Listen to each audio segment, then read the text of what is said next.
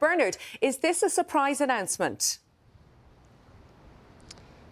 Very much so, yes, certainly is, Cleve. We thought this was finally going to be the week. We fully expected this was finally going to be the week in which we'd learn the identity of the new permanent Republic of Ireland manager. Stephen Kenny has been relieved of his duties for quite some time. Of course, John O'Shea in a caretaker role. We thought this was going to be the week. The FAI thought this was going to be the week. But then this shock announcement came this morning. I understand that FAI staff gathered at 11 o'clock this morning in which they were told that Jonathan Hill is to leave his position at the end of the month. And then came that press release. Now, Jonathan Hill, as you said, he's been in charge since November of 2020. There are some positives he looked towards, certainly the growth of the women's game here. Under his watch, of course, Ireland also qualified for the first Women's World Cup. There was also, of course, that joint bid, the successful joint bid to co-host Euro 2028. But who can forget on the negative side, that appearance, as you said, before that Oireachtas committee in February of this year, in which he was hit with some hard-hitting questions of which he didn't have a whole lot of answers for, about this payment of over €11,500 he received in lieu of holidays taken. That certainly cast some shadows. There is also the fact that it took the FAI under his watch a long time